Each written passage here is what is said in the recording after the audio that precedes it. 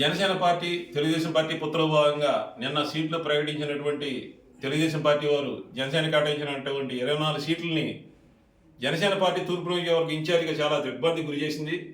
నేను ఒక్కడే కాదు, ఈ రాష్ట్రంలో ఉన్నటువంటి జన సైనికులు, వీర మహిళలు, జనసేన పార్టీలో ఉన్నటువంటి శ్రేయభిలాషులు, పార్టీ పెద్దలు అందరూ కూడా ఈ యొక్క 24 సీట్లు కేటాయించడం అనే దాన్ని ఎవరు కూడా నమ్మే పరిస్థితిలో టీడీపీని అన్నట్టుగా ఉంది.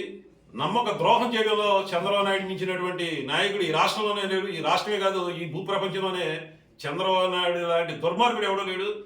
నమ్మిన వాళ్ళని నెట్టేట ముంచడంలో ఒక బ్రాండ్ అంబాసిడర్గా వెలుగొందినటువంటి వ్యక్తి చంద్రబాబు నాయుడు గారు. ఈ చంద్రబాబు నాయుడు గారు నమ్మి పవన్ కళ్యాణ్ గారు రాజమండ్రి సెంట్రల్ జైలు దగ్గర పొత్తు పెట్టుకుని ఈ జనసేన పార్టీలో ఉన్నటువంటి కార్యకర్తలు, నాయకులు అందరినీ కూడా రోడ్డు మీదకి వచ్చే పరిస్థితి వచ్చింది. గౌరవప్రదమైన నెంబర్స్ ఇస్తామని చెప్పినటువంటి టీడీపీ వాళ్ళు ఇవాళ 24 సీట్లు కేటాయిస్తే ఆంధ్ర రాష్ట్రంలో 10 జిల్లాలో హైయెస్ట్ ఓటింగ్ వచ్చినటువంటి నాలాంటి వారికి కూడా సీట్లు లేనికుండా చేసినటువంటి పరిస్థితి ఇవాళ చంద్రబాబు నాయుడు గారు కల్పించారు. నాదెండ్ల మనోహర్ గారి కంటే కూడా ఎక్కువ ఓట్లు వచ్చినా కానీ నాకు సీట్లు లేవు, కానీ నాదెండ్ల మనోహర్ గారు సీట్లు ఇచ్చారు. దీన్ని బట్టి ఆలోచించుకోవచ్చు, ఇది చంద్రబాబు నాయుడు గారు టీడీపీలో కుతంత్రాల భాగంగా జనసేనాన్ని అణగదొక్కేసే విధంగా ఉన్న సీట్లు ఎలగేషన్ లాగానే ఉంది తప్పితే, సీట్లు సెలక్షన్ లాగానే ఉంది తప్పితే, ఏ రోజు కూడా ఇది పొత్తులో భాగంగా సమానమైన ప్రాతిపదికన పొత్తు ధర్మం పాటించే విధంగా సీట్లు ప్రకటించినట్టుగా లేదు. దీన్ని తప్పకుండా చంద్రబాబు నాయుడు గారికి అర్థమయ్యే విధంగా రేపు ప్రజాక్షేత్రంలో తిప్పికొడతాం.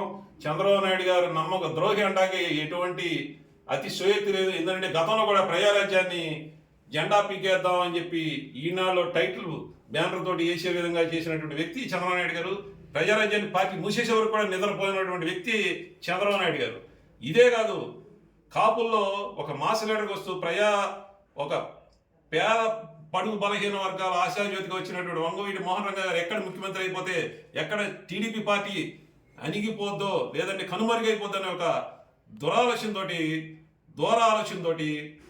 ఒక నాయకుడు అయినటువంటి వంగవీటి మోహన్ రంగ గారిని నిరాదయం చేసి అంతమందించే వరకు కూడా నిద్రపోయినటువంటి వ్యక్తి చంద్రబాబు నాయుడు గారు.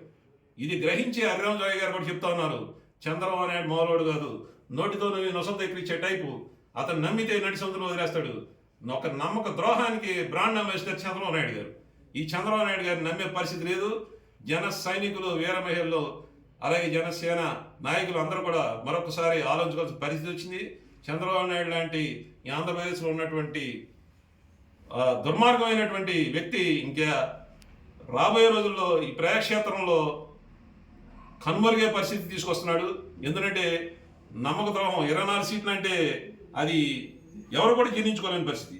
అసలు చాలా దిగ్భ్రాంతికి గురి చేసినటువంటి నెంబర్స్ కనబడుతున్నాయి. గౌరవప్రదమైన నెంబర్స్ ఇస్తామని చెప్పి ఈ విధంగా చేయడం కూడా ఎవరు కూడా జీర్ణించుకోలేని పరిస్థితి కనబడుతుంది.